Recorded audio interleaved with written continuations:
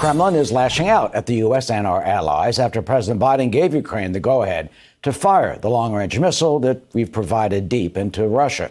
The missiles are targeting Russian military sites that are used by Russians to savagely attack our ally Ukraine. Russian President Vladimir Putin with this warning about the use of those missiles. We consider ourselves entitled to use our weapons against military facilities of those countries that allow their weapons to be used against our facilities. I recommend that the ruling elites of those countries that are hatching plans to use their military contingent against Russia seriously think about this. Rebecca Koffler, strategic military intelligence analyst, former Defense Intelligence Agency official, joins us now. Rebecca, it's good to see you.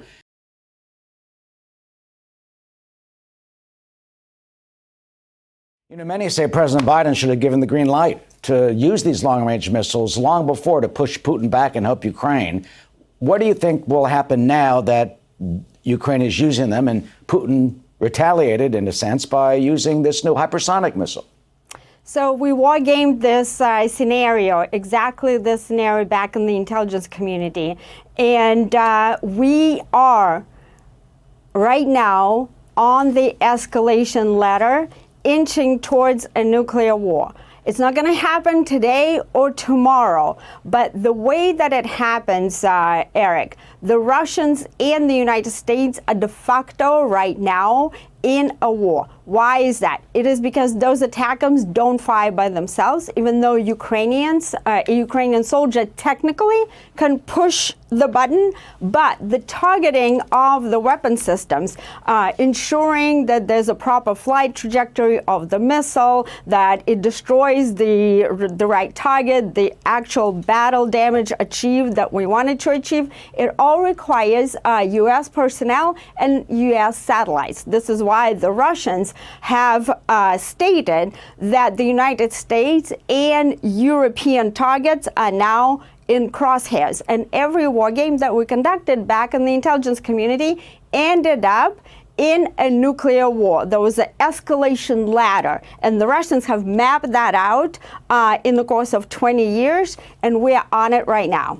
Well, some supporters say, you know, Ukraine has the right to defend itself, that it's just targeting Russian military sites that are attacking Ukraine, and this is perfectly legal and appropriate under international law.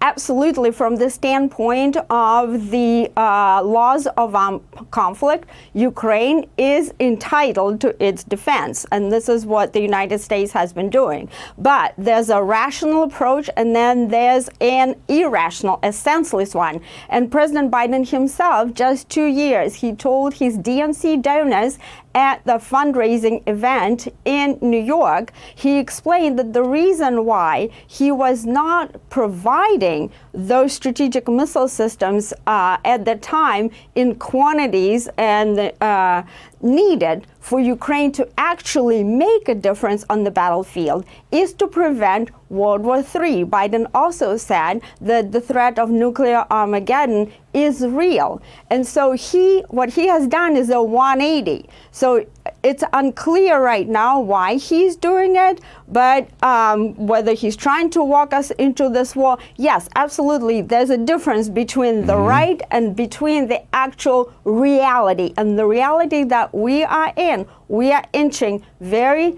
steadily to the unthinkable that was gamed out by the U.S. intelligence community and the U.S. intelligence community as recently as September advised President Biden against providing the ATACMS because Putin would likely retaliate, including with lethal means, against the United States and against Europe, saying nothing about Ukraine. Ukraine is being destroyed right now. Well,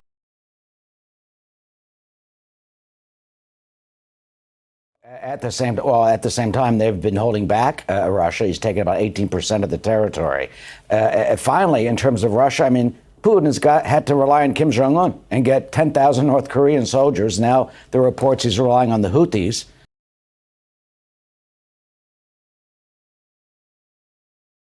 I mean, some say the Russian army has been decimated. They've had hundreds of thousands of losses, that without a loss of an American life, the Allies have basically whittled down and practically destroyed the Russian army.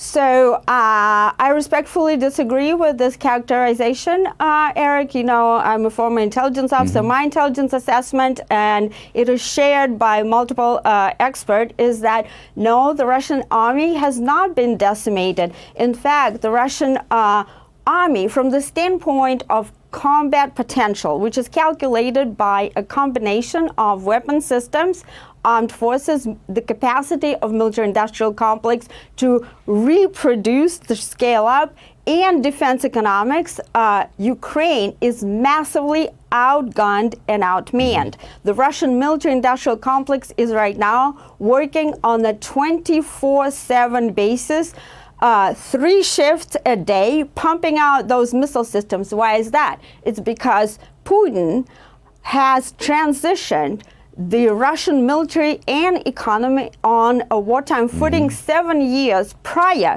to invading Ukraine. And I personally briefed NATO, Obama's White House, National Security Council, STRATCOM, EUCOM, and all of these key pieces of the U.S.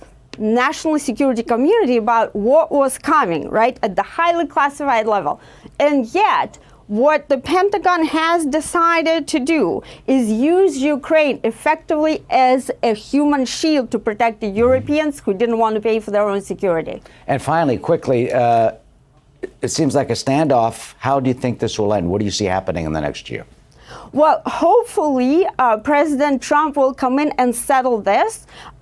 He is the only president that Putin fears, the only U.S. president, for multiple reasons. And one of them is the Russian intelligence designated Trump as unpredictable, which means that when Trump negotiates, the Russians will not be able to tell whether he's bluffing or not, because the Russians are in excellent position to negotiate, the Ukrainians are not.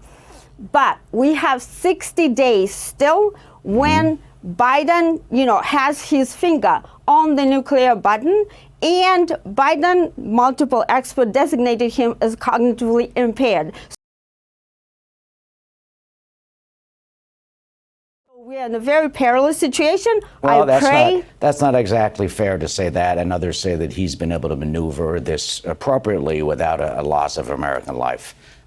We'll see what happens. Rebecca Koffler, good to see you. Thank you. Likewise.